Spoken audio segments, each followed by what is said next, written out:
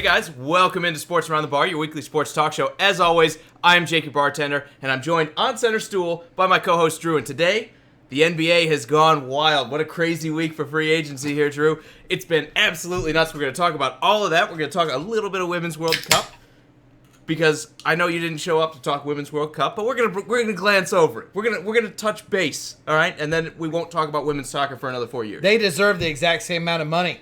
And time that we spend talking about men's soccer, which is zero. So, if you want to look at it, okay, so they're not getting paid what the men are getting paid, but they're getting much more coverage than we gave the men.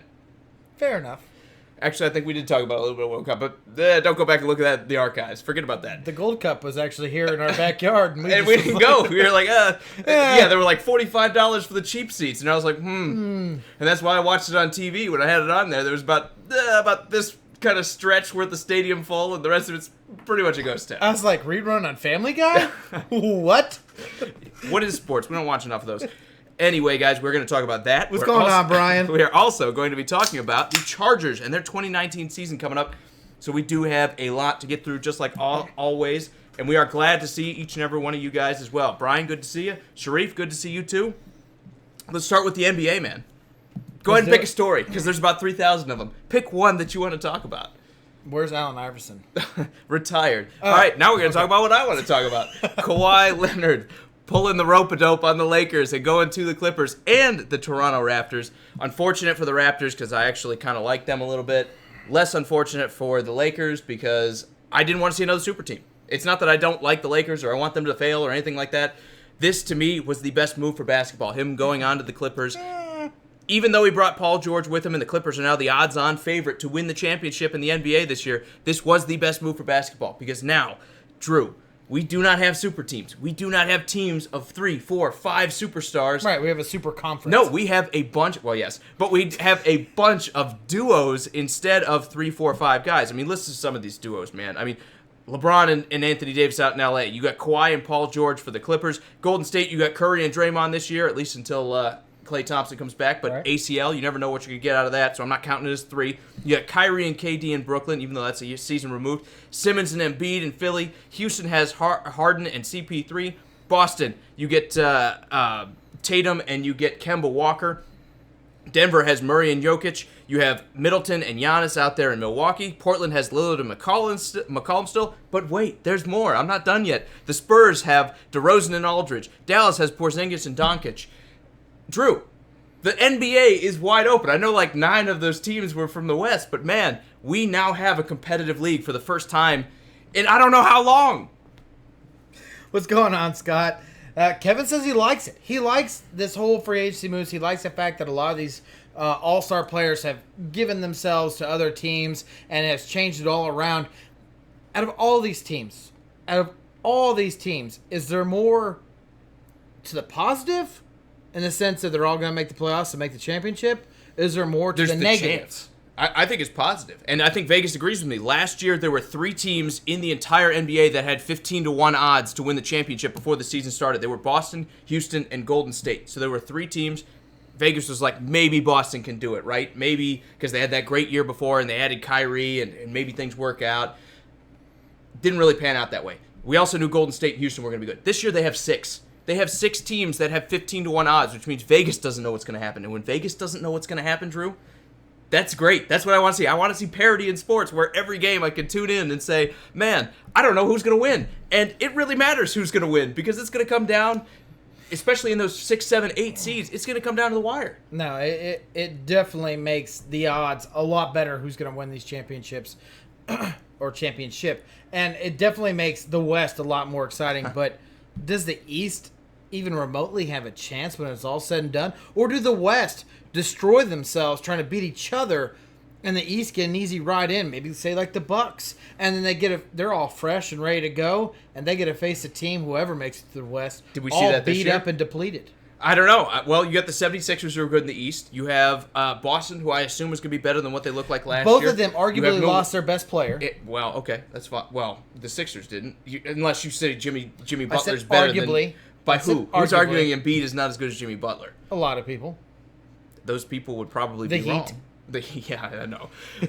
But Okay, so for argument's sake, let's say Boston is out of it. You still have Toronto, that's going to be an interesting watch. You still have Milwaukee, who I think is going to be the favorite out of the East. You still have the 76ers, who are good. There are teams that are going to be able to compete a little bit for the East. Is it as competitive as the West? No, but welcome to the NBA, right? I mean, these West teams are just much better run than anyone out of the East. You've got teams like Atlanta that are rebuilding.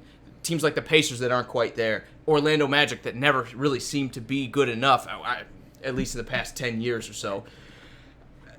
You look at the East right now, yes, it's not as good as it could be. It's not as good as the West, but it doesn't matter because they have a couple teams that are going to be in the running, and you can't tell me right now that you know who it's going to be. Yeah, I do. It's the Nuggets, Denver Nuggets. That's in the East? Oh, no. I meant when Are they switching conferences? I don't know. Denver's a little far to move east, Drew. They got to. That's the only way that they're going to win. I don't know. They were the 2 seed last year. Let's not forget the West was stacked last year, and they were the 2 seed. Scott says, what's the over and under on LeBron of the number of players LeBron tries to trade at the trade deadline? Is it 6? I want to know, Scott, does they have 6 players on the team now that Kawhi Leonard kind of pulled the rug out from underneath them? Yeah, they're going to be active. Everyone knows that. I think I'd take the under on 6. I would take the under on that, but I think I'd probably take the over on 5.5. I think it's somewhere around 5. My question is, they got enough players to trade away. Exactly. And that's the thing. I think the LA has exhausted themselves. I think they put all their eggs in the Kawhi Leonard basket. And then when that didn't pan out, they were left scrambling. I know there were all these reports that Kawhi did it to trick them and kept them on the phone and kept changing up meeting places and did everything to stop them from signing another superstar early in the free agent process. If he did, this is next level basketball, right? This is basketball off the court. I mean, props to him if he did. Everyone talks about LeBron being the great team builder, the great, magnate in basketball, bringing people in and pulling strings behind the scenes and everything like that. This was a masterstroke. He's the one who started it. Exactly, but this was a masterstroke, Drew, if it's actually true. And I don't know how much of it's true. I don't know how much of it's just how much we want to believe to be true. But if it is true, Kawhi Leonard is the evil genius of the NBA. So as we both look at the NBA and we sit there and evaluate it and what the NBA has become after this free agency frenzy, Sharice right with us, where you're sitting there saying there's probably 19 to 20 teams relevant in the chase towards the playoffs and then into the championship. Is this the best thing that's ever happened to the NBA since, I don't know, arguably... Since the big threes started happening? Exactly. Yeah. Arguably when Miami Heat got I think this is relevant. great for ratings. Yeah, I think part of the NBA's problem has been it's been a one-horse or two-horse race, and one is in the East and one is in the West, and you know who's going, especially when LeBron was in Cleveland. Everyone knew LeBron was probably going to get to the finals, and you knew Golden State, as good as they were probably going to be there too, and everyone wanted to put all their hopes into Houston that, okay, maybe there's one team that could upset one of these guys to make it to the finals. There was mine. That was my hope. Now there's like 8 in the West that could realistically make the finals, in my opinion, Drew. I really believe there are a bunch of teams in the West that could actually power through and make the finals. Golden State, I know they still have 3 stars to everybody's 2, but Klay Thompson is not a sure thing coming back from that injury. Just about everybody else, I want to say, has as much of a chance at winning this as anyone in the West for the first time in a long time. Kevin says he wants to see Dennis Rodman make a comeback in the NBA. Would he be allowed to play in this NBA where you like breathe in a guy and it's a foul? Towel boy. How many minutes does he get? None. Yeah, exactly. I'm not even going from a physical standpoint here. I think Dennis Rodman in today's NBA wouldn't be on the court very long because he'd be getting all these technical fouls and everything like that. They'd chuck him. Scott says without Bron or AD, the Lakers are the worst than they were last year. Yeah, I agree. They traded away a lot of young talent, but the problem is with those guys, they're better.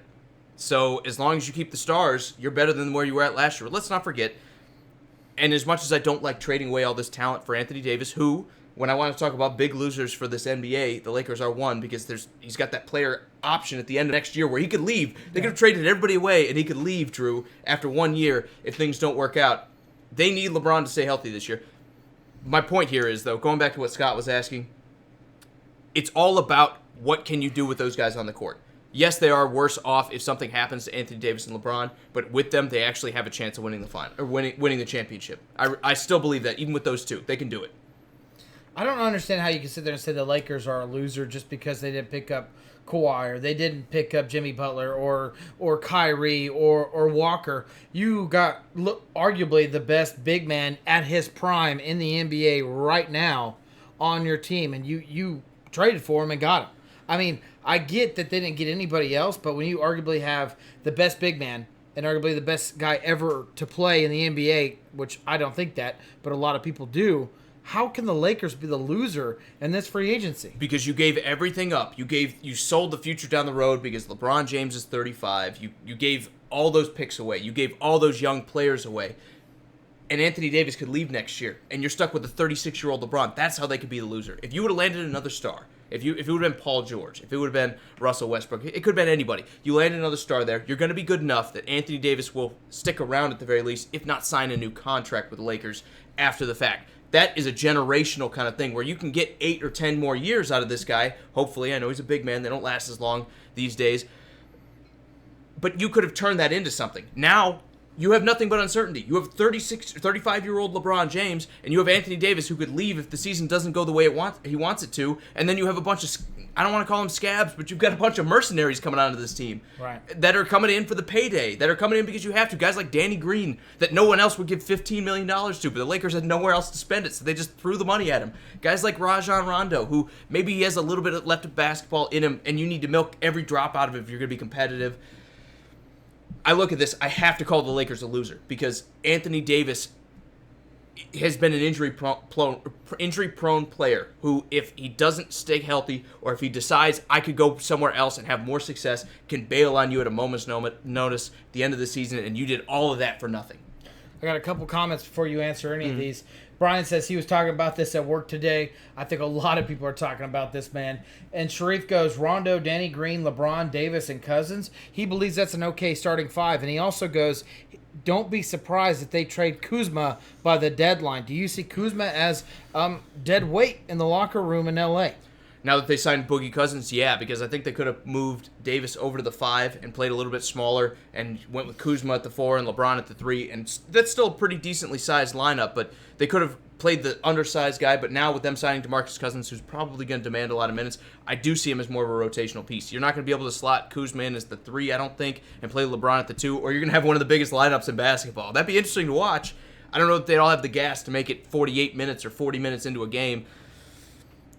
It's possible they trade him. I really do think it's possible they trade him. I think it's possible they trade him for a point guard because I don't know how much I like Rondo, as old as he is now, running things at the point because he's a passer. He needs to have the ball in his hands. LeBron likes to have that in that role. I think, if anyone, it's Rondo who's the dead weight. Danny Green, like him. When he's hot, he's great. But do I want to have Danny Green as my starting point guard or as my starting shooting guard? You could do definitely better than that. Boogie Cousins, injury problems. We haven't seen him bounce back even from last year in Golden State. Look, it's got a high ceiling. So you're right. This roster, I believe, has a high ceiling. When Danny Green's firing, you get LeBron who's healthy, you get Anthony Davis who's healthy, you get DeMarcus Cousins who bounces back to his usual form and he's healthy. That's a great roster. But it's got a low floor. LeBron gets hurt again. Anthony Davis gets hurt. Boogie Cousins either doesn't come back or gets hurt again. Danny Green is average at times. Rajon Rondo average at a lot of times, or worse. This team has so much like deviation where they could go any direction. I think the Lakers did the best with the hand they were dealt, but that's still not very good in my opinion. They could have done a lot better if they would have just went after another star instead of Kawhi. Yeah, I agree. When this all started, one of the people I said that they need to focus is Walker, and in my opinion, I think that was someone that they could arguably go after and get, and they seem to not have that focus on him. They didn't think a point guard was important. They thought, I guess they could rely on Rondo being there, I guess is what they imagine. Or LeBron James is saying, hey, I could be the guy taking this down the court. Don't worry about bringing someone like that in. Steven says, that's a bunch of what ifs in the future. The NBA is built on where the future means nothing. If it's about winning now more than any other sport. Do you agree with that? In part. It's about the immediate future. And the Lakers have traded away the immediate future. You traded away all those first-round picks that you painstakingly took and sucked for. I mean, let's face it, they tanked, or basically tanked for years to get those guys, wound up saying they're not worth it, push them out the door for a guy who could leave you in 1 year. Yes, there is some what-ifs to it, but you need to reasonably look at what's going to happen in the near future and adjust your strategy based on that. Anthony Davis, if this team is not competitive, why would you stay? LeBron's 36. Who else on this roster are you looking at? He's played with Boogie Cousins in New Orleans. He knows who he is. He didn't go there because they're like, we'll bring in DeMarcus Cousins. Yeah, no. I guarantee you when they traded for him, they said, don't worry, we'll get another star. We'll get somebody else in here. Now it's on you. If you don't make the playoffs and if you don't do well in the playoffs, there's a good chance Anthony Davis walks. And that's what you need to look at as a GM, because you know when you traded for him, you have a 1-year audition to keep this guy around. So, yeah, there's some what-ifs to that. There's always what-ifs to those picks. You can argue that those picks aren't worth very much because they don't always turn into something. But you mortgage the future. You have no ammo if this guy leaves. You're going to be the worst team, and somebody else is, or one of the worst teams, especially if LeBron gets hurt multiple times or decides he doesn't want to be there anymore, and you gave all your picks away. So somebody else is going to be drafting in your spot. What's going on, Michael? Scott says Lakers are saying that LeBron is going to be the point guard. He's also saying process. There's building in the NBA, not all winning right now. No, I mean, there is still the process. Look at the 76ers. They built through the process. Look at Boston. I'm not going to say they did a great job with all those picks they got from Brooklyn, but they have used those picks to try to build up a franchise. And I got one above that, too. Because let's not forget, the Warriors won one before they brought in Durant. And that's also the process. Again, they drafted Draymond. They drafted Curry. They drafted Klay Thompson. You can do it. Is it easy? No, it is not. But it's just as hard as trying to convince a fickle, superstar to come play for you long term. Right. Especially when you got to give these guys player options. There is no guarantee any of them stick around. Look at Paul George. The OKC had to be feeling really good about what they were doing, right? They brought in Paul George. We lost on Damian Lillard ripping a crazy 3, right? Right. And then Paul George is like, I don't want to be here anymore. And you have no choice but to trade him. There's almost no certainty in the NBA. The only thing you can control is how much ammo you have. And when you trade all your ammo away, whatever you use to bring it in had better work out. Or you are totally depleted and have no options. Now you have no draft picks to trade to bring people on. You have no way to convince these superstars, hey, come play for me because I can put guys around you to help you succeed. It's all about that second level. You need to have a team like the Clippers where you can convince somebody, hey, come play with me or come play for me or for my team because we have the pieces around you that'll let you win. Do the Lakers have that without LeBron James? Or even with LeBron at this point, at 36, next year, going into it, do they have a roster that you'd point to and say, as Anthony Davis, you'd say, don't worry, I can win here? I mean... What if you get bounced in the first round? You're right. I mean, you're 100% right. A lot of people that I know have talked about this and said when they brought in AD that this... And, of course, you got to all remember, this is the beginning of all free agency when this happened. None of these other big trades, big signings have happened yet. They said, no, they're absolute favorite in the West.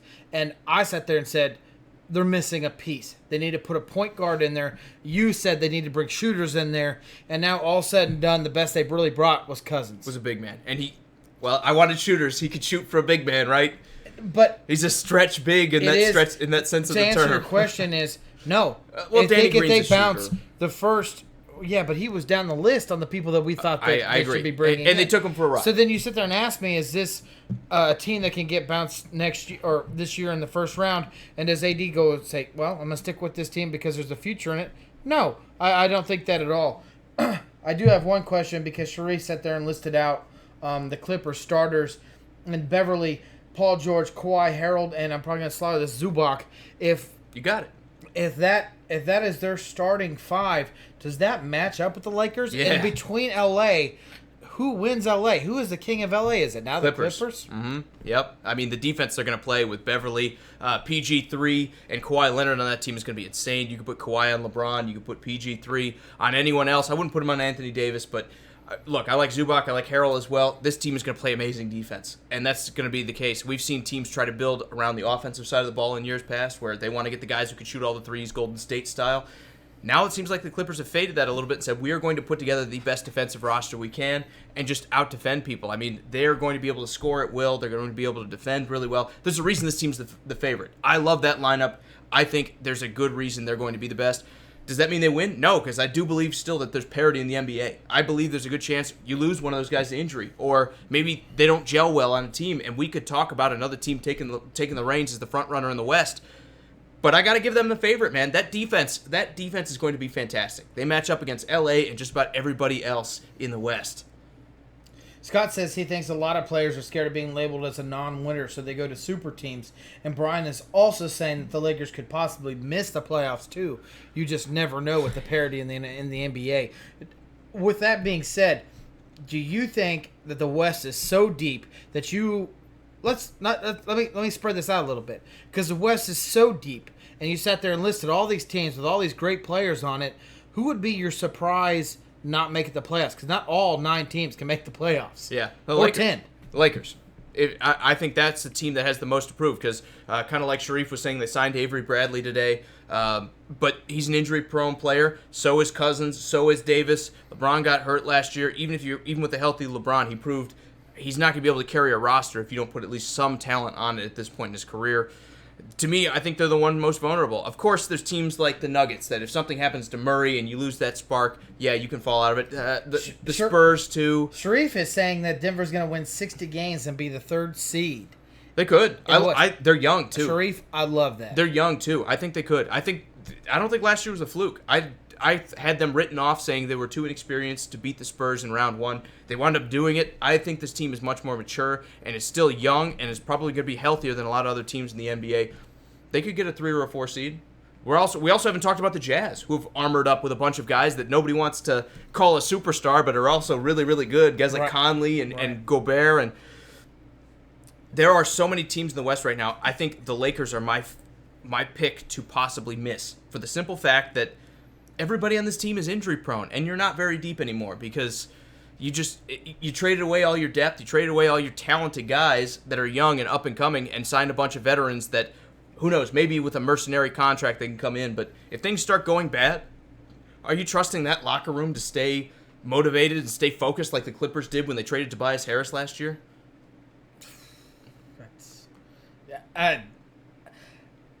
I'd have to look. I'd have to really sit there and debate these rosters to sit there and say the Lakers won't make the playoffs again. Because not only are we saying the Lakers are not going to make the playoffs, we're talking LeBron James is not going to make the playoffs. That's huge. He didn't last year. I get it. I get that. But he went to a brand new team with a bunch of players that have not played with him, a roster that he did not build around him. Because as much as we want to knock LeBron, as much as we want to sit there and say, yeah, all you do is try to build a super team around you, well, so did Golden State. So did... But what's the difference there? Golden State did it in the West, where everybody's good. But what did LeBron never do and always kind of hid from, and that's why he went back to Cleveland? I get it, but historically, that was the East, where LeBron has always been in the playoffs, so 2 years in a row. Do you see the NBA being allowing? I mean, don't get me wrong, they can't control who wins or loses games necessarily, but are they going to allow LeBron to not be in the playoffs again in 2019 and 2020 season? Are they going to have any control over it? What if his groin acts up again? What if he blows out a knee? What if it's something else? I mean, LeBron could get hurt. And if LeBron gets hurt again, you're going to have Anthony Davis, Mr. I can't play 65 games in a season. You're going to have DeMarcus Cousins, who nobody knows if this guy's even a superstar. We were talking about him not being a superstar anymore. And everyone wants to say they signed Cousins, they'll be okay. What if DeMarcus Cousins is the same guy we saw at the end of the finals, where he can't really do much, he looks out of place? Yeah. This team is almost relying on DeMarcus Cousins and Anthony Davis to split enough time and be elite enough that they're going to get LeBron to the playoffs. Because I think we saw last year he can't do it alone.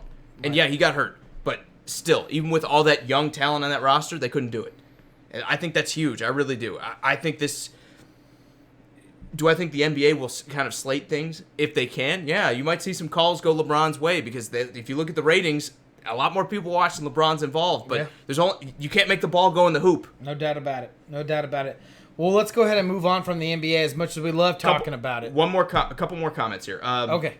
Brian wants to know if OKC trades Russell, they will be out of the playoffs next year. Yes. If they trade Russell Westbrook, I want to say Russell Wilson every time. I know. If they trade Russell Westbrook, they're out of it. But that's okay. If you trade Russell Westbrook, the tank is on. Blow it all up. Get as many first-round picks as you can. I mean, they got, 5 from that other one and 2 potential swaps?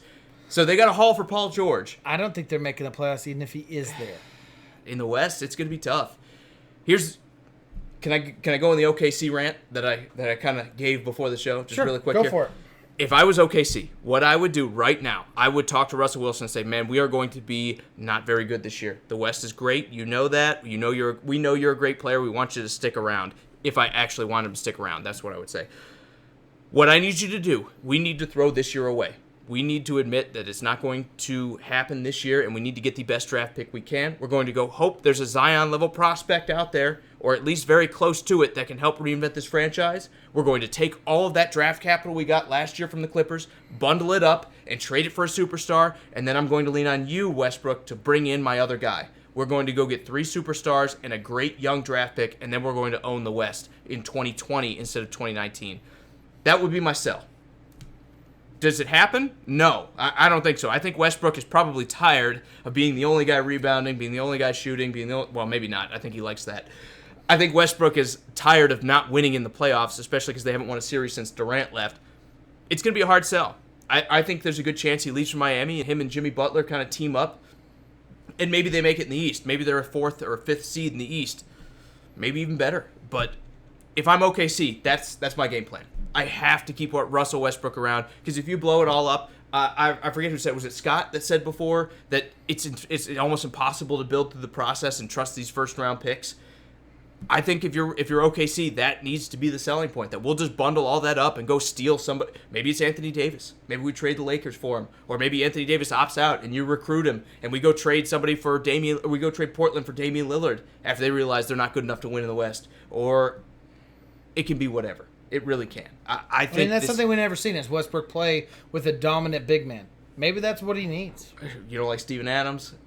Not No. dominant enough for you? I get you. Not Or even Enes close. Kanter. I'm with you. We haven't seen like that top 5 big man. Yeah. And maybe that's what it takes for them to win. Or maybe you go get a great shooter. That would be my selling point if I'm OKC. I would absolutely need to keep Westbrook, because if you do blow it up and you just go for first rounds, that's how you turn into Atlanta. That's how you turn into Memphis. I mean, that's how you turn into the Knicks, where we just don't have superstars. And yeah, we'll have good picks, but what do they turn into? Half the time, or more than half the time, nothing. Yep, absolutely. Jeremy wants to know his and your Cubs. What can they do in the postseason, or what are their chances in it? It's not looking great. I'll admit. I think they need to break out of whatever the slump is, and they have a tough division right now. The Brewers are great. The Cardinals are great. They need to find a way to recapture that magic from a couple of years ago and bounce back and start hitting the ball a little bit better, start pitching a lot better. Right now, this isn't necessarily the Cubs being a bad team. This is them being surrounded by 2 really, really tough opponents in division. I think, yeah, they're slumping right now, or they have been here recently. Can they make it? Potentially, but I don't like their odds. I really don't. I think at best you're looking at a wild card at this point. I don't see them winning the division.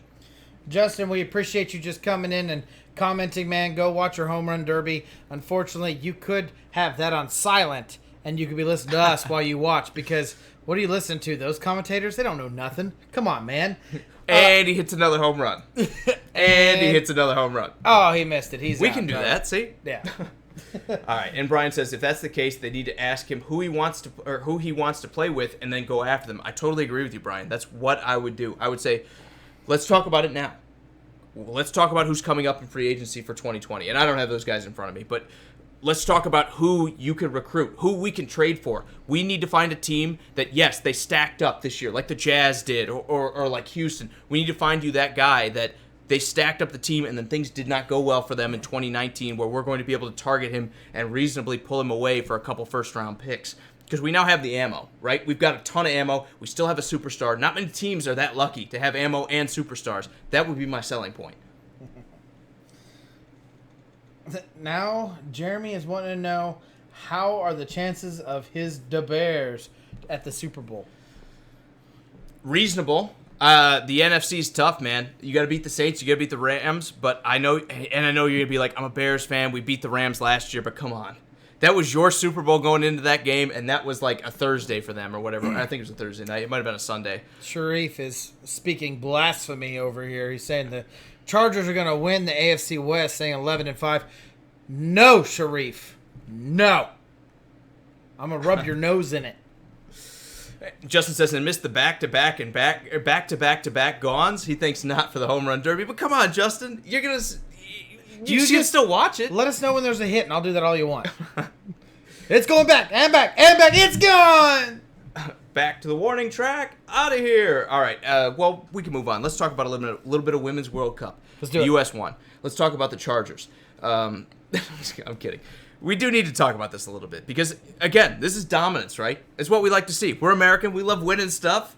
I know there's a ton of politics, and before we get mired down and all of that and everything, where I know about everything going on. We try to, as hard as we can, to stay away from politics on the show because this is where we come to escape politics. Sports is what we do when we don't want to talk politics. So we're just going to talk about the game here, Drew.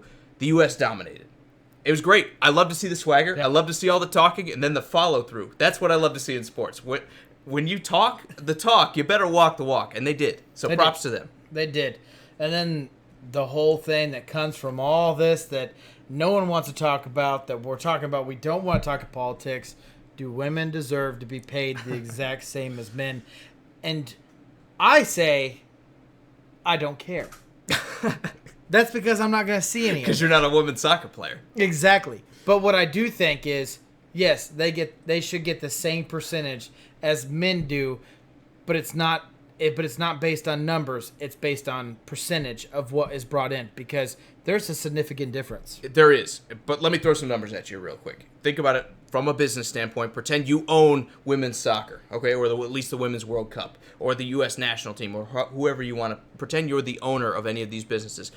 The men make about 70% of the revenue generated. The women make about 20% of the revenue generated for their sport, which sounds good in theory, but you have something called fixed costs. And this isn't an economics podcast. We're not going to talk about that, but you need to pay personnel. You need to pay security. You need to pay for these fields. Those costs don't change regardless of how much money you make.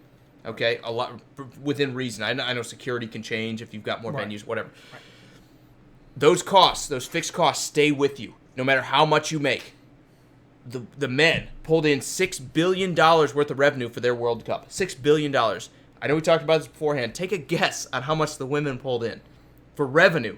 This isn't profit. This is revenue. This is just money before you count your expenses. Well, because I know the number. Do you remember what I told you? But I remember the number. What I said was, well, it's got to be somewhat close, right? $1 billion? No, it wasn't $1 billion. The women made about $130 million in revenue. Significant drop. Exactly. If you gave them 70% of that, you wouldn't be able to afford to put the show on. So I understand what they're saying. Like, hey, it sucks to be a woman soccer player because we're making much less percentage-wise than the men are. The problem is the interest isn't there. What they need to focus on is, okay, if we want to make that much money, how do we get our interest to get closer to match what the men can do? And that's all there is to it. You can't complain about your pay and not want to raise or increase the sport and how much they're going to be able to bring in because that's unsustainable. If you gave them 70% of that $130 million, there wouldn't be a Women's World Cup. You'd be making 70% of zero. And it just boils down to that. It's hard economic numbers. I get it. Everyone says it's unfair, and if you look at it on paper, you can say 70 is much bigger than 20. That's not fair. But I guess at the end of the day, you got to pay everybody else and pay everybody who makes things happen for the Women's World Cup. The next option is they don't play. Exactly. And then what do you make? Nothing. You're working you're working a regular job like us. Exactly. So all I can say is, at least for the Women's World Cup, I'm glad the U.S. won. I'm ready to stop talking about the politics of it, though. Because unfortunately, that's what it comes down to. Right. I mean, I've heard more about the politics going on than I've heard about the actual games. Well, let's talk about how dominant they are real quick. Because I know for a fact that you are very passionate about this sport. When you sit there and tell me football, my first thing is go to the NFL. You sit there and kind of, hold on, what are we talking about? And not that I don't pay attention to soccer, not that I don't care about the USA winning, because that's honestly what I care about. I know that sounds funny, but when it comes to the Olympics, do I watch all the Olympics? No. I sit there and I watch the medal count, because that's what matters to me. But this women's team has honestly, in a sense, made a dynasty out of themselves because they are dominant. What is the last 4 out of 8? They've won 4 out of the 8 total Women's World Cups. That's huge. Exactly, and 2 straight, yes. I mean, we dominate, but then again, when you look at what we spend versus a lot of other countries, you got to remember, half the world aren't putting anywhere near the money into women's sports as I do, because that matters. That's training, that's everything else, that's recruiting, that's paying your players and making it worth it to them. China can afford it. Yeah, but they're not going to because they don't care. Or even if they do care and they throw the money at it, they don't have the physical talent to match what you have. You have the talent in the U.S. You have a large population size in, the 330-some million people in the U.S. these days. You're throwing money at it on top of it, more money than anyone else. And they're like, oh, man, France is our best competition. France is like 55 million people or something like that. You have 6 times the number of women they have. Sharif is saying if they would hold the World Cup in the USA, they would generate $1 billion. And I am completely agreeing with that because Americans love to spend money. It would up it, but you're talking about soccer here. What were you saying about the Gold Cup? It's Nashville. You put something out in Nashville, there's people wanting to do stuff, and nobody went to the Gold Cup. So that would be my counter to that. I just don't think the U.S. loves soccer enough. I still agree. The U.S. has a lot of money. I think it would drive the TV dollars way up. So I'm with you on that sense. Do I think it's $1 billion? No. But do I think they'd probably make half? Yeah. I think they'd probably make $500 million at the very least. Oh, there'd be a significant increase for sure. Exactly. But there's politics behind all that. I'm you got to remember. Put it again. Americans love to spend money. I agree. But there's politics and everything. And the FIFA women's committee and everything like that, a lot of them are not American. And guess what? They're watching these American women dominate it, and they're like, man, forget those girls. They go, I'm going to move to the United States and marry me one of them. Okay, fair enough. All right, we'll move on here. Again, we didn't mean to get stuck on women's soccer. There's politics behind it. We're glad they won. We're glad the U.S. gets to bring home another World Cup because the men aren't doing it. Let's face it. I mean, they lost to Trinidad and Tobago last year. Is that why we didn't go? They lost. Well, we went to the Gold Cup final. Does that make you feel any better? No, man, is that why we did not go? Oh, because it was the Gold Cup and we knew Mexico was winning anyway? Yeah. Yeah, that's why we didn't go. I figured. Oh, fingers crossed on Pulisic. Moving forward here. We're going to talk about the Chargers here. Do we have any comments we want to go through here? Ian just joined. Thank you for joining us, Ian. We appreciate you always. He said just timed in, but both men and women's game water great? I think he was trying to say that both games were great. Oh, were great. Yeah, I can't speak your language, man. Both games had people in bars and were in LA. So he's sitting there saying that soccer is pulling a lot of fans. And let me just tell you this right now, Ian, and all you guys out there, there's no doubt about it. This soccer game in the United States is absolutely growing. I'll have to put still hockey and baseball above it for right now. Sharif saying the men's team will be fine, and I doubt that, man, but he's right. It's time to move on to the NFL. It's time to talk about the other football, the one that you don't actually kick with your foot, but instead you catch with your hands. We're going to talk about the NFL here and the Chargers for the 2019. Well, yeah, you run. Yeah. I mean, your feet are involved. Yeah, it's part of it. We're going to talk about the other football and move on to the Chargers and their 2019 preview here. Drew, this team, you like them a lot. They're in your division, right? You're like, this is a tough team. I'm the one over here saying this is fool's gold. And I'll talk about that a little bit later. I think the Chargers, for as good of a roster as they have, for the star-studded talent that they have on this roster, came up short last year. I did not see enough to sit there and come out and tell you that this team is going to win a Super Bowl this year. Yeah, dude, to be honest with you, when I look at this roster, I sit there and go, holy crap, this roster's stacked. But when you go, okay, what has always been the Chargers' speed bump? What has always caused the Chargers not to make it? That's injuries. And you know what? Some of those injuries, they've sat there and said, hey, you're no longer part of our team. We're going to move on without you because we did well without you. But there's still those players on that team that they cannot get rid of that are a key component to what they expect their 2019 season to be. I think that's going to be the downfall of the Chargers. But this team can stay healthy. They scare me for that AFC West. Scott says Phillip Rivers is the new Dan Marino. All stats, no substance. Do you agree with that?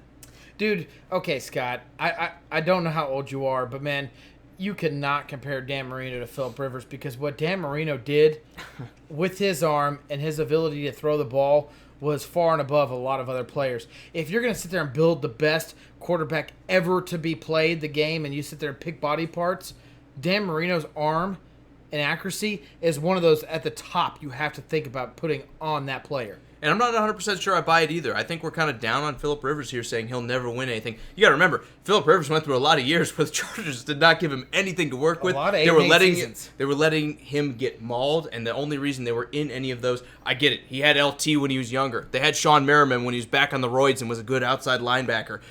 But that was when Phillip Rivers was young. Yeah, he didn't capitalize there, and then they went through a 6, 7, 8 year period where they were just absolutely terrible on the roster side. Now, finally, the Chargers have kind of built this team up to where now they have a chance to win. But the AFC's not so easy. Now you have the Chiefs who are playing well. Now you still have the dynasty and the Patriots. You can't sit there and point at Phillip Rivers and say he's the reason they're not winning. And I don't think Dan Marino's the reason the Dolphins didn't win either. But I don't think you can make that comparison and say that Phillip Rivers is the reason that they're not winning. And maybe I'm just reading a little too much into the comment here, but is that fair to say he's all stats and no substance? I don't think that's fair to a guy like Phillip Rivers. Now let me hear you praise a division rival. Ah. Can't do it. No, I want to do it. I for sure want to do it. But before I go into it, I do have to pay attention to one comment because we don't give UFC a lot of praise that it should get because the sports is definitely growing.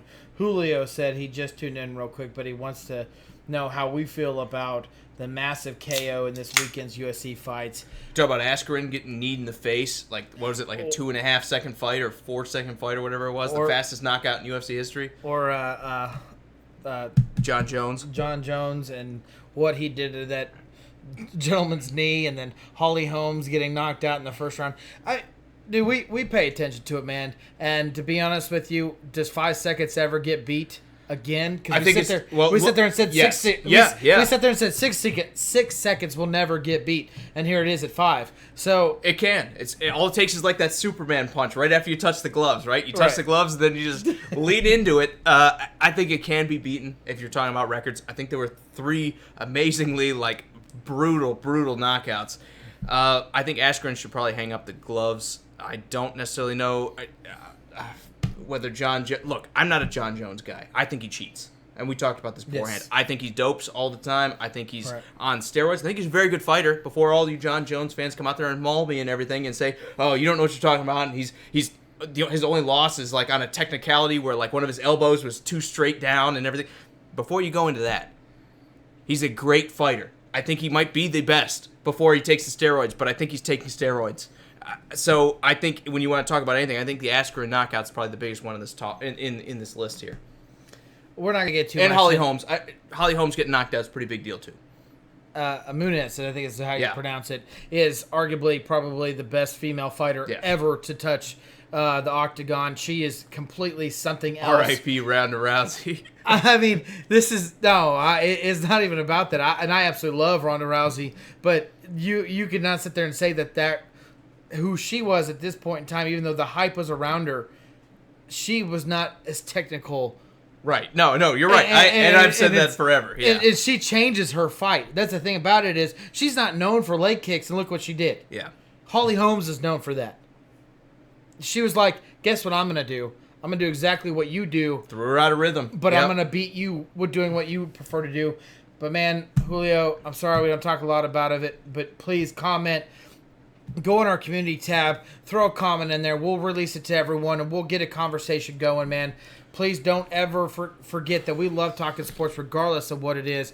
Well, I mean, we love talking it with you guys. So, not that I want to ignore your comment, but we just don't have a lot of time. We got to chew through these Chargers too.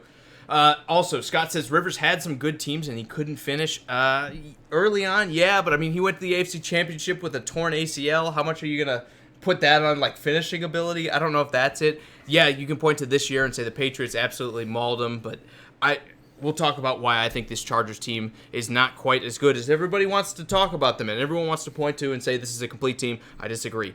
As for everything else, he had some good teams when he was young. And like young quarterbacks, couldn't get the job done. Now that he's older, I still don't think they've had the best team in the NFL. I don't think they're even a top 3 or top 5 team in the NFL here recently. When this all started, I literally wanted to be like, well, what's LaDainian Tomlinson? What's Sean Merriman, Antonio Gates. Yeah. What are they doing right now? Because as much as I'm a victim to this. I sit there and I look at this roster, and I sit there and go, man, this is one of the stacked teams in the NFL. But when you look at their season, even though they went 12-4, what they did before that? What was the year before that? A lot of these players, minus like, Joey Bosa. Well, the year before that, remember, James they couldn't sink a field goal to save their life. They lost 4 games on field goals in 2017? This is my point. Yeah. Is that this team has so much bad blood, so much bad juju that I think this is what's going to fail the 2019 Chargers. And I think we see this as we go through the schedule. It's gonna come part of it because their schedule is so tough. It is so littered with great teams, and it's not just every NFL game is tough, but it's playoff teams. Right. No, it is. Everywhere you turn around, it's another playoff team. Absolutely. And also going to some of these comments here, Brian says Rivers is a top 5 quarterback in the league. He's underrated.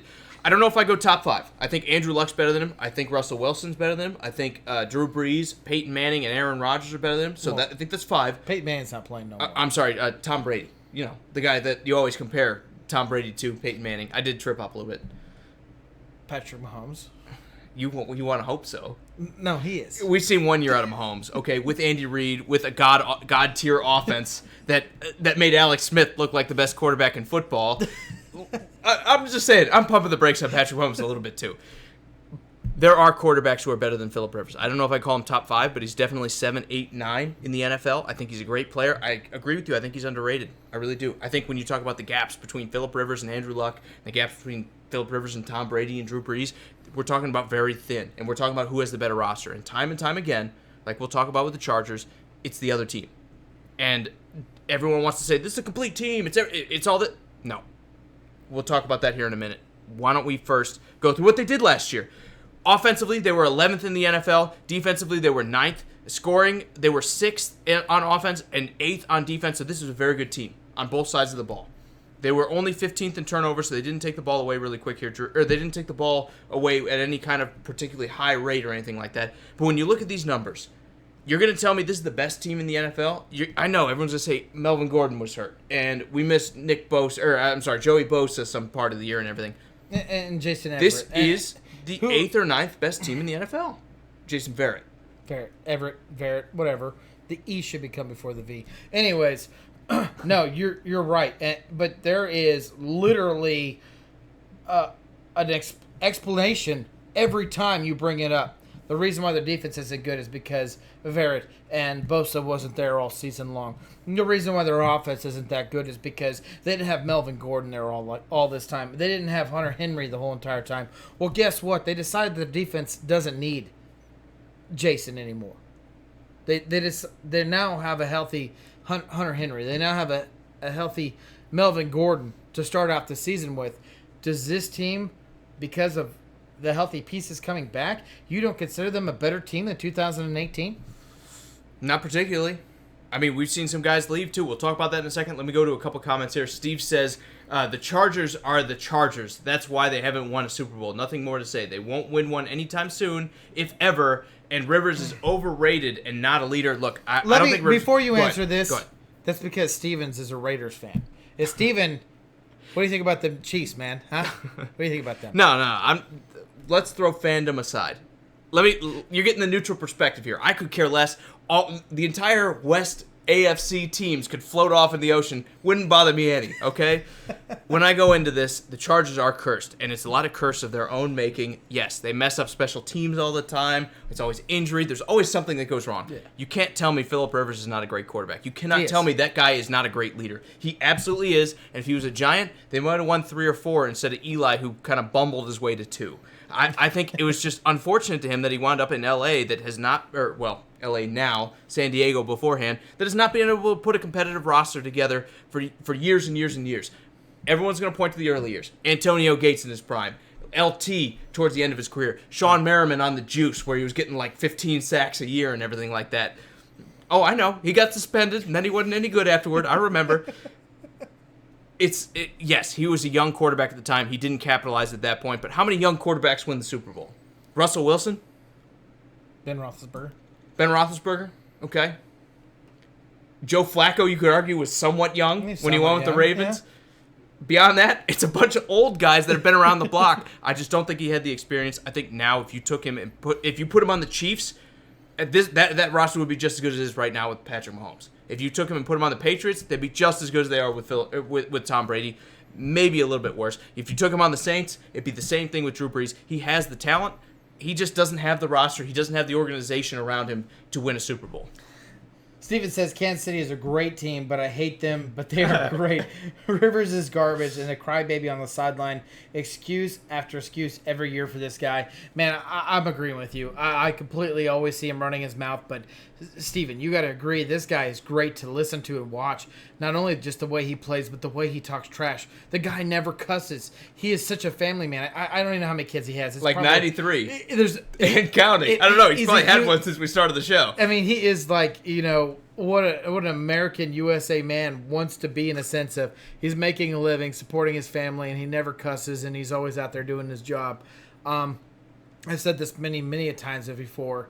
I prefer to have him playing in the AFC West because that means when my Chiefs beat them, we're beating one of the best teams in the league.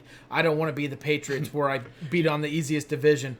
So as much as I don't want him to win, to sit there and say I don't like him, that's not the truth. I like the guy. I like the way he plays. The East, by the way, has 3 second-year quarterbacks and Tom Brady in it. So, again, experience is a big part of the NFL. We don't talk about that enough. Also, Steven says, let's go Blues. You hear all the off-season news and everything. It'll be 52 years before they win another one. Be happy with the one you got. I'm a Predators fan. We've been waiting like 22 or something like that at this point.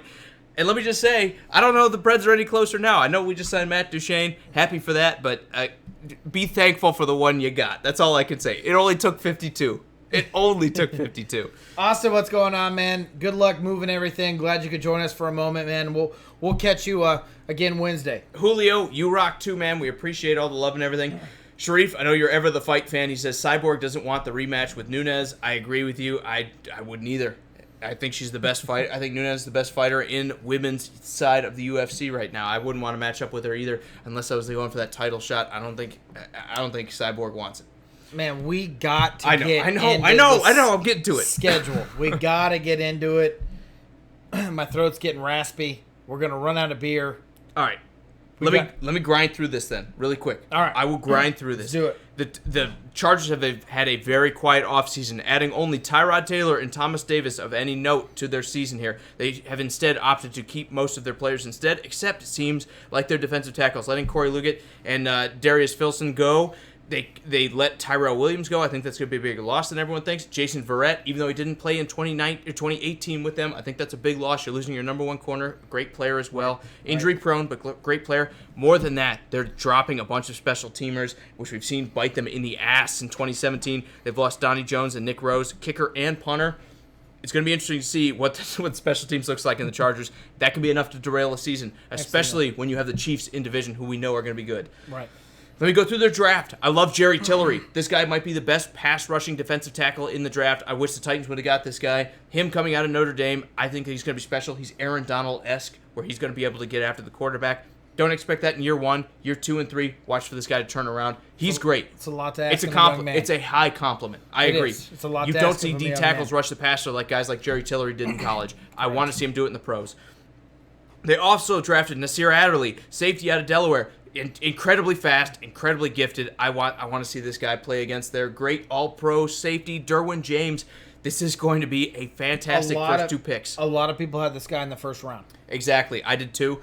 No, I think I had him in the early second round. That's why when they got him in the second. I think this was fantastic. I like Nasir Adderley. He might have been the best safety in this draft. They got him in the second round. Right. Trey Pipkins, not a great offensive tackle, but they did what they could in the third round, get him out of Sioux Falls. He should help protect Phillip Rivers going forward, but maybe not this year. Then when they got Drew Tranquil, inside linebacker out of Notre Dame, I like this kid a lot. 4th round pick for an inside linebacker like this. He's a tackle machine. Watch for him to make a lot of impact plays. Especially, so they had a great draft. Especially learning behind Davis. As a Chiefs fan, you do not want to see this kind of draft out of a division rival. They did really well. Correct. I'm not crazy about Pipkins. Everyone else, I think, was a fantastic pick with where they got him. Right.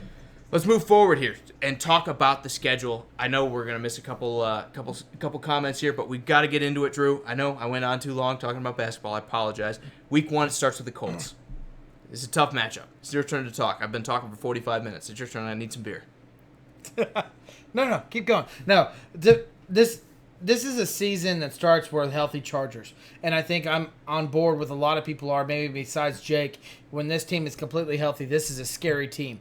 And as high as we've been on the Colts, this is a game where the Chargers had to beat them. This is a game where it's kind of a vengeance a little bit, where it's like you don't deserve to be where you were last year. You don't deserve to place to be as well as you did. Even though the Chargers were still 12-4 last year, I would sit there and consider the Colts a better team. They were the division winner. The Chargers were not. And I think that's what the Chargers consider themselves to be, as the division winner. And when they face this team, this is their best chance to sit there and prove that 2019 is their season, and they take it as a win.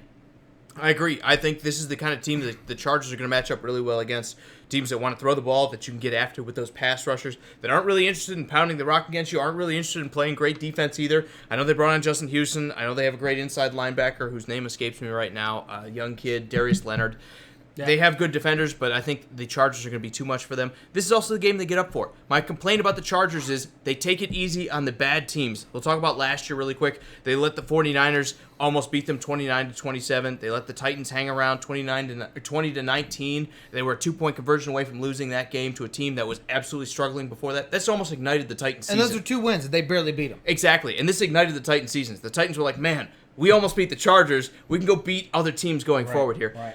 They lost to the Broncos 23-22. They barely beat the Steelers at the point where they were at the bottom, or where they were slumping a little bit. They barely beat the Bengals with Jeff Driscoll, and then they got mopped by the Patriots. This is not a team that finishes really well against teams that they should beat, number one, and they're outmatched by some of these others as well. That's why in the next couple of weeks when they play the Lions on the road and then the Texans at home, it's going to be a tough set. I think they can beat the Lions. I'm not ready to pick the Lions to win this game. But I think it's going to be another close one when they're like, man, what happened? This is supposed to be a great team in the Chargers, and they barely beat the Lions. And I don't think this is a sweep on the Lions in the sense. I think Darius Slay and that young corner that I'm spacing out on right now, the Lions brought in, I think it's going to be a tough time to sit there and throw on this Lions defense. I think they're going to try very hard to stop this team. But we see it as Byron Murphy, there you go. And we see it as being a win for the Chargers. But when they find themselves at home again with the Texans, and as Ian says, when you sit there and fill your stands up with 3/4 of the other team's fans, you're going to find yourself struggling a little bit. But this Texans team's, as much as Joey Bosa and Marvin Ingram is trying to become the best duo in rushing the quarterback in the NFL, this Texan team has sit there and tried their best to adapt to teams like this. They face tough defense in the Jaguars and the Titans. They're used to teams that rush a quarterback, and someone like Deshaun Watson and Hopkins, they have who will hopefully have a better offensive line this year. Who have learned to develop this quick release kind of system. A team like this, they might just skip up a little bit, and you might see the Texans win this game. Texans also won 10 games last year. Do I think they're fool's gold as well? Yeah, but I think this is the battle of who's going to be the most overrated team in the NFL. In Week 3, I'm in total agreement with you here, Drew. I think the Texans can win this one, even though it's out west in L.A. Week 4, they get the Dolphins on the road, and then they get the Broncos at home in Week 5. And these games, they got to be wins. If you're going to make the playoffs, the Dolphins aren't there yet. We know the Broncos, even though they have a running game, even though they have a pass rush, even though they beat them last year, you're going to have to beat the Broncos at least once this year. Ian says they didn't beat the Steelers, the officials did. Man, we don't got time to get in that. Trust me, we have huge feelings about how it's officiating. Great teams overcome, but that's exactly. He's reading my mind, guys. That's exactly what I wanted to say. And teams, every single one of these teams, all 32 teams, you sit there and say we were robbed on that win. Every single one of them. Yeah, just as my Titans against Miami Week 1 where Delaney Walker gets face masked and they called him for a hold. Exactly. We'll talk about that later. In detail, don't worry.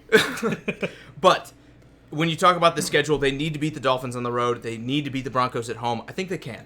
Yeah. I think they have the firepower early on in the season. Hopefully the injuries haven't set in too bad at this point. They can beat these two teams. And then they get the Steelers and Titans on the road back-to-back.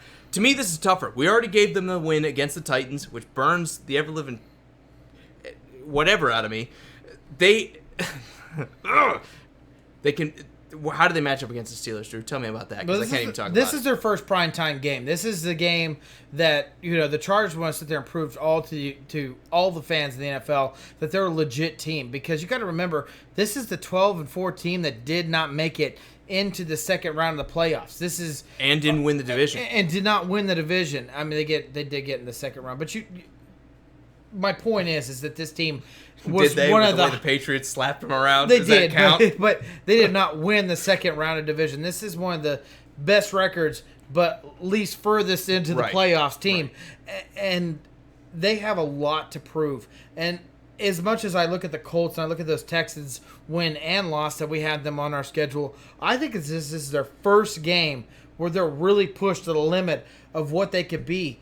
And I see them beating the Steelers. I think when you sit there and you put a fresh Hunter Henry and a fresh Keenan Allen, Phillip Rivers could tear you up in that secondary, and that's where the Steelers are lacking desperately. Not to mention Antonio Brown and Le'Veon Bell are for sure gone.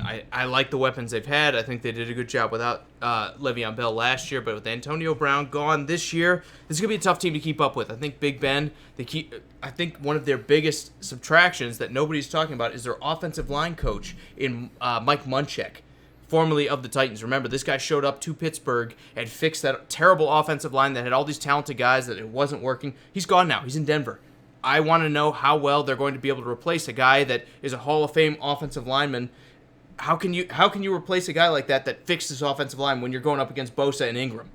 Yeah, see, and they do have the Steelers at home. It was misspoken. It was meant to say they get the Steelers and they go on a road on a two-game spurt on the road is what he meant to say. We talked about it. It's just misspoken. And Drew had to talk me into this one. I think the Titans are going to win this game. I still do, even on the road. It's here in Nissan Stadium in Nashville. The Chargers will be on the road for this one. I think they're going to win.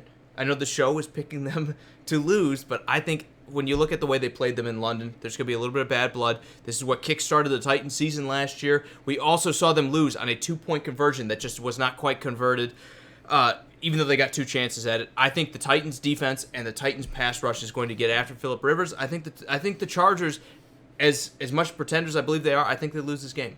Even though we're going to say they win, I think the Titans win here. Ian, you have a 6-pack of Milwaukee Best in my cooler right now. Just chilled for you whenever you need it, man. Whenever you need it. Moving on to Week 8 and Week 9, they face a tough schedule here.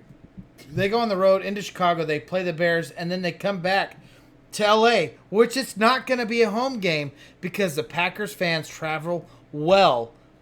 This is another road game. Are you kidding me? With the way they sell tickets out there in Wisconsin, yes, this is going to be nothing but green out there in LA. You're absolutely right. I don't want to glance over the Bears. This is 2 road games. I'm not trying to, but literally when you were talking about, and I know this is what you meant when you were sitting there saying it, you look at the Steelers at home, but after that they're on the road for a while. They are. They absolutely are. But here's my thing. The Bears are going to be fatigued at this point of the season. I think they're going to struggle a little bit protecting Trubisky. If you can get after Trubisky a little bit, I think he's going to make a couple mistakes in this game. That's going to be the difference. This is an experience game. Even though they're going to run the rock, even though you're going to give up some yards on the ground. The problem is they got rid of Jordan Howard. They got rid of the power rushing game, which to me is still the way you beat the Chargers. You pound it right up the gut. You don't even try to throw it on this team. You just pound it on them. And I know they brought in Thomas Davis, and everyone's going to say, oh, Thomas Davis, great linebacker. He's going to be able to help this run game out. No. Even if you look at it when they drafted Jerry Tillery out of Notre Dame, this guy isn't a run stopper. Not exclusively. This is the guy who gets after the quarterback. Right. If you're able to run with power, you can win that game. The Bears are not going to run with power in this. And I think that's why they probably lose here, even despite that great defense. I think they're going to have a hard time moving the ball against the Chargers when they're trying to throw, and their offense isn't quite set up for that. Right, and we're talking about a team that has literally pushed itself to the limits at this point in time. By Week 9, they are sitting there with only 1 loss. I mean, this team is 7-1. They're looking like they're a first seed. They got everything going for them, and they sit there and face another team like at home. But like I said, this is a road game. They're facing Aaron Rodgers. They should win this game, right? They need to beat the Packers. We saw what the Packers looked like last year. Even with Aaron Rodgers, it looked kind of scary. I don't think they did enough. I know this is the new look Packers defense. They brought in all those pass rushers. They brought in some secondary members. They should not have the power to beat the Chargers in this game. This needs to be a win if you're going to be able to keep up with the Chiefs. I think this is keeping up with the Joneses. I think they win this game as well. I think the Chiefs, for the simple fact that they're winning games too, are going to keep the Chargers winning games here, and they're going to keep them motivated. We have this as a win too, and Brian, jumping the gun here, has them at 10-6 for the year, and we have yet to really get to where we think that this team might struggle a little bit, because we think this team healthy is one of the best teams in the NFL. Not trying to ruin any kind. You think? I still think they're fool's gold. We, as a joint You putting words in my mouth now? As a married couple, we think. I'm not married to him. Anyways, Week 10. Thank God for that. Week 10, we go on the road in Oakland to face the Raiders. This is a Thursday night game. This is a short game. But does it really make a difference when a team that's completely stacked, like I believe that they are, against a team that's still struggling to the community or understand what it means to be a team, the camaraderie of a team, what that means? Because let's not forget, Gruden tore this team apart. They were garbage last year. And now he's bringing all these people in. That doesn't mean this team's going to be good. No, it doesn't, but I do believe this still means everything in the world. I think the problem is going to be you're going to have some Raider fans that, even though this is the send-off, it's the last year, they moved to Vegas the year after that, are still going to be done with this team.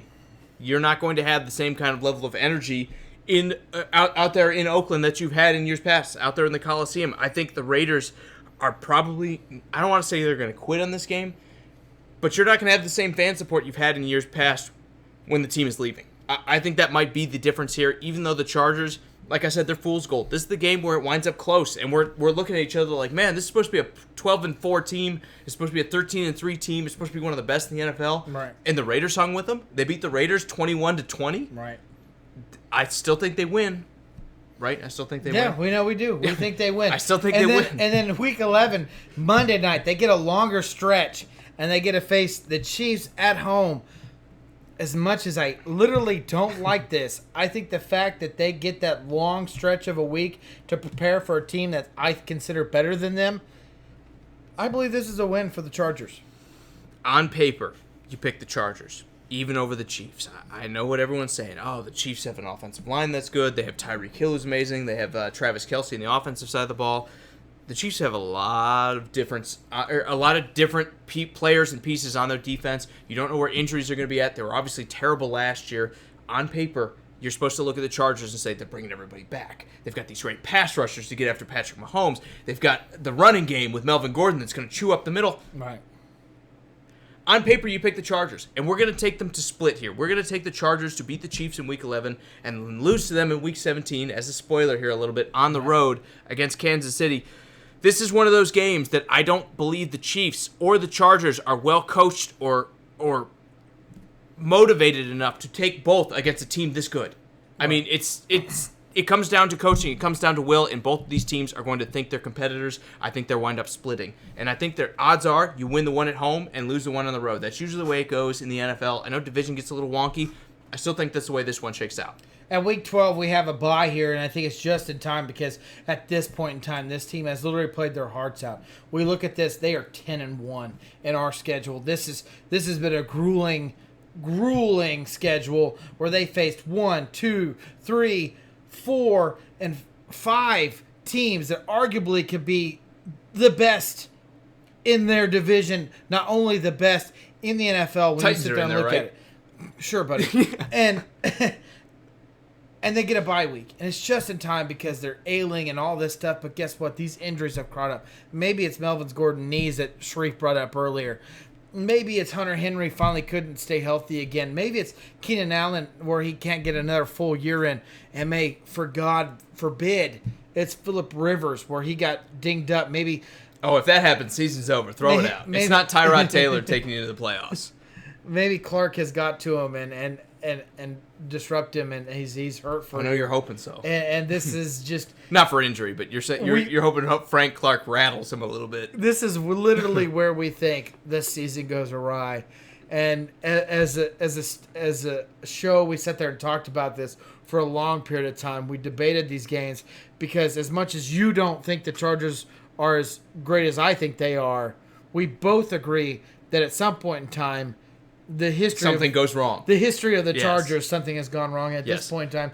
They go on the road twice now to the Broncos and the Jags. We both see them as losses. These are all games that I don't think the Chargers match up well against. They're a power defense that wants to get after the quarterback. They want to stifle the run, and they also want to run the rock up the gut. And I think both the Broncos and the Jaguars present significant challenges for this Chargers team. I don't know that they're going to be big enough and physical enough to stop the run up the middle. It's the reason why they brought in Stephen Davis.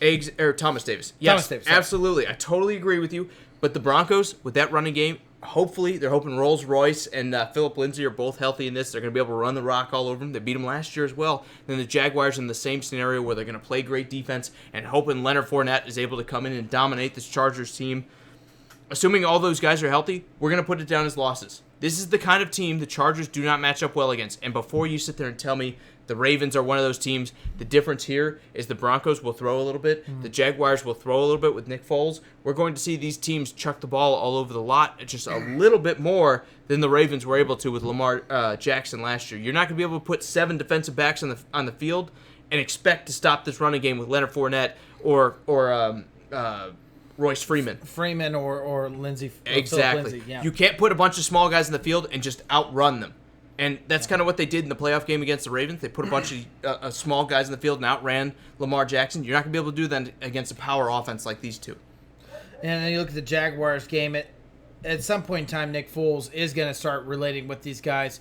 Not only does Nick Foles have the history of just developing with these players and becoming better, not these players, but players in the NFL. Nick Foles, as much as I sit there and can't say he's going to win you another Super Bowl, without the right chemistry around him, it's not a fluke that he went and played games where he was 28 touchdowns and 0 interceptions with Philly. 28-3. 28-3. But still, for a season, that's pretty impressive. Right. Or went off and became the 7 Super Bowl touchdowns. MVP. And threw 7 touchdowns in the game. This guy has accomplished. This guy has done a lot. And at some point in time, because this is his new home, this is his players, it's no longer Wentz's or Yes. anyone that is there before him. This is his team. At some point in time, he's going to come related with these guys and become great as much as the Jaguars can, as much as you don't like to hear that. This is a game that the Chargers are going to lose. Kind of like you, in Jacksonville. kind of like you and Phillip Rivers. You got to beat the best to be the best, right? Exactly. So I'm right there with you with the Jaguars. They have the defense. They have the running game. They don't have the offensive line or the receivers yet, but they're going to show up for games. And this is the kind of game that the Chargers take off. Yeah. That they're like, oh, the Jaguars may have 5 or 6 wins right now, and it's time. Let's take it easy. You look at it last year. It's the exact same thing that happened. This could be that surprise loss that throws everything off the rest of the season here.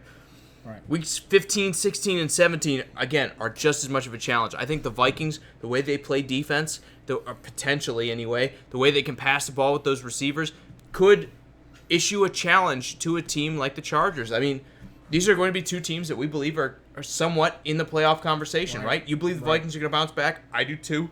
Yep. I think the Vikings are a tough matchup for them because they throw so well, and then you can run with Dalvin Cook on top of it. Which though I made a giant mistake, I said he would lead the NFL in rushing yards last year. I believe this year, because they're actually going to be running the ball, or the offensive coordinator will lose his job. This guy has a good... What already happened once. This guy has a good chance of being one of the top leading backs in the NFL. And then week 16, they faced the Raiders. And I know I just sat there and talked all this trash about the Raiders. But this is in Oakland, and then it's in L.A. Guess what? There's a bunch of Raiders fans. This one's in L.A., and you're right. No, it was in Oakland, and now it's in L.A. Right. And there's a bunch of Oakland fans all over California. I almost said Colorado. All over California and Colorado, for that matter. And they're hoping Vegas, too. Yeah. They're hoping all over Nevada. Trust me, they're all over the place. All million people that live out there. And this is a team at some point in time, I believe, that can start getting along. I sat there and said, you can't bring all these players in and expect them to get along right off the bat. At this point in time in week 16, if they aren't getting along, John Gruden, as much as that 10-year, $10 million contract is given to him, he might be on the hot seat for 2021. You can't afford it. Look, there's only so much money in the world, right? I know the Davis family has all the money in the world, but you can't cut a guy who's got like 8 more years at $80 million. He's only has 7 more years. The only thing I think you stepped astray was that Gruden's on the hot seat here. If things don't work out, you're still married to this guy. Let's not forget, you have 8 more years. Divorces happen. Okay, but you don't get that $80 million back. $1 billion man does not care about $80 million. Yes, he does. No, he does not. I guarantee you he does. That's like, what? If you have $1 billion, that's almost 10% of your wealth? It's not that you gave him $100 million? I'm sure he's not worth just $1 billion. Okay. My point here is, no matter who you are, $80 million hurts. I don't know what that kind of money looks like, Jake. I don't either. So I sit there, I have $1, and you want 8 cents on my dollar? Take the 8 cents. Yeah, okay. Yeah, but then again, when you have $100 million, you're like, let me give you 8 of it. You're going to be like, I don't know about that. John Gruden's not going anywhere. That's the only part I disagree with you a little bit on here. I don't think I'm he's just on saying the hot he's on seat. a hot seat. I didn't say he's going anywhere. Okay, I think, again, you've already kind of made your bed, and this guy's going to be here for at least another 3 years before you even think about getting rid of him and putting another coach in there. Even What at if league, Mike, even what at if like Mike the cheapest. McCarthy wants to come be your head coach? Tough luck because Shit? Yeah, that's what I was gonna say. Tough luck because Mike McCarthy, you're already paying that $10 million to Gruden anyway. Those contracts are 100% guaranteed. You have no way out of them unless you write something in the clause, and we haven't heard anything about that being in Gruden's clause. Gruden's gonna be there, but why I think the Raiders are gonna win this game? I think you just played 3 grueling defenses in the Broncos, the Jaguars, and the Vikings. This Chargers team, which I don't believe has great stamina, don't believe has what it takes to last the long haul of 16 games, is going to come into this game exhausted. Keenan Allen may be hurt. Hunter Henry may be hurt. Joey Bosa, I'm going to do that forever. It may be hurt. Gordon, I mean, it doesn't matter. There You name any of their stars minus Phillip Rivers, they've been hurt. And at this point, they might be hurt again. You're going into this game playing against the Raiders. I'm willing to bet on the underdog here. And we talked about it's Week 17. Chiefs on the road. We gave them a loss.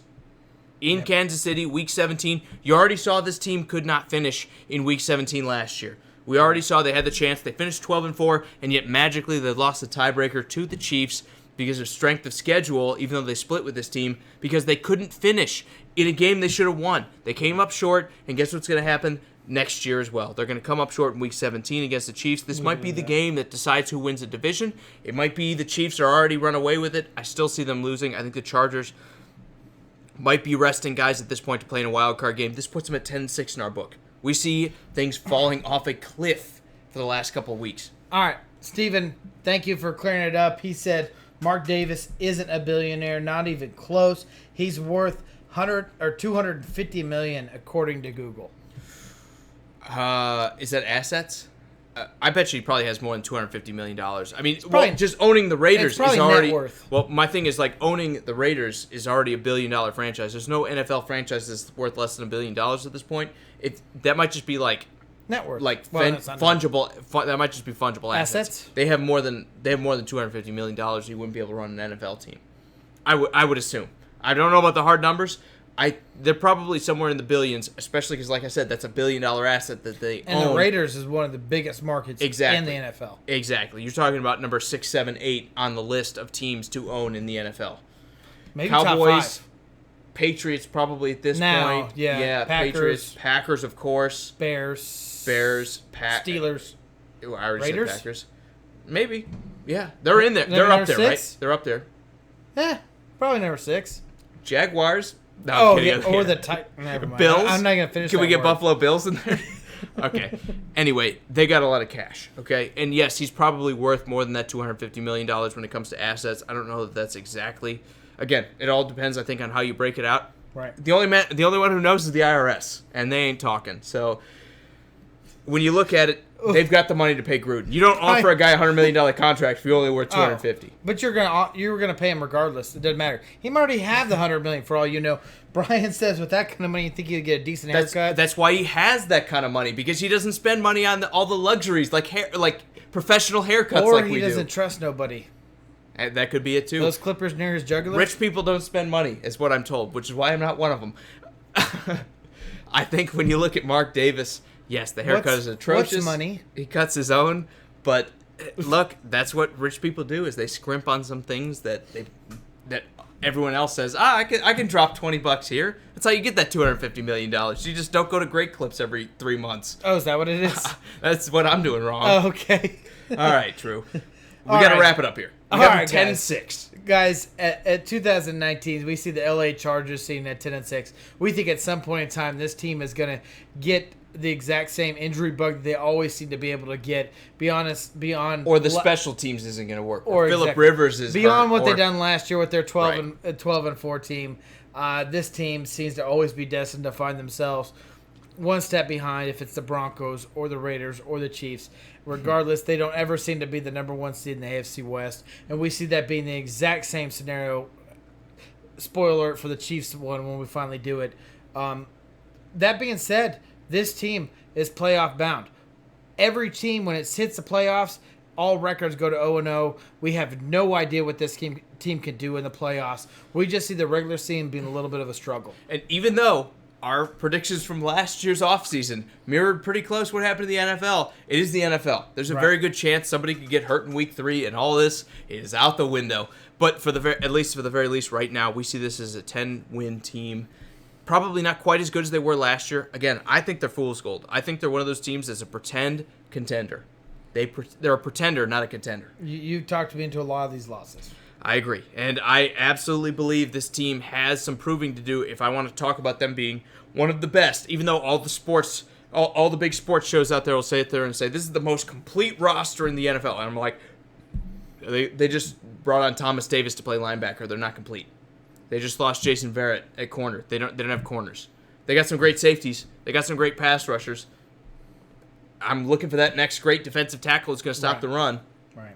I don't think they're quite there yet. I think this is a very good team. I think this is one of those teams that's going to win some games in 2018. Before we do special thanks here, Drew, I just want to see more out of them. And that's what we talked about beforehand. I want to see more out of this Chargers team. You need to beat the Bengals with Jeff Driscoll. You need to beat the 49ers with Nick Mullins? Is that right? Nick, whatever their backup quarterback. Sure. Yeah, Mullins. I think it's Mullins. Nick, whatever my backup quarterback, third stringer for the 49ers is, you have to beat those guys. Yeah, you have to. And You they have didn't. to. Yeah. The fact of the matter is they did not win those games, or they won them by the hair of their ass. They scraped by in those games. You can't make hay in the NFL if you're barely beating those teams. They got exposed in the playoffs, in my opinion. Maybe they don't get exposed in the regular season, but they're going to come into 2019's playoffs expecting to just cruise to a Super Bowl or cruise to an AFC championship, and you're going to have to go toe-to-toe with the Patriots and the Chiefs and the Titans, we hope, but probably the Colts. And you're going to have to beat those guys. I don't see them doing that. It was Mullins. Thank you so much, Brian. Guys, remember, thank you so much for all the likes, the comments, the shares. It means the world to us. That's the reason why we do this show. I appreciate all your guys' comments. I appreciate you guys sticking through us. Steven and Brian, you guys were great. Ian, you were great. But real quick, just a special thanks to all the comments out there. Brian, Sharif, Scott, Steven, Kevin, Michael, Jeremy, Justin, Chris, Ian, Julio, and Austin. You guys are awesome. Thank you so much. Final thought for me, Brian says they should, Gruden and Mark Davis should go on Halloween as the twins. They should dress up like the twins from The Shining. I think that'd be perfect. There you go. Tailor-made Halloween costume. You didn't have to even go spend that much money on it. You're welcome, Mark Davis. And I'll be the triplet. Yeah, only if you get a little bit of the cash. So for Sports Around the Bar, I am Jake, your bartender. This is Drew. We will be back on Wednesday to talk about whatever the heck is. I'm swearing too much this show. Whatever the heck is going on in sports. Yeah, I'm toasted. We're going to talk about anything going on in the world of sports. We have another team in the NFL to talk about as well, even though I don't know who they are. Tune in for that because it's going to be a good one.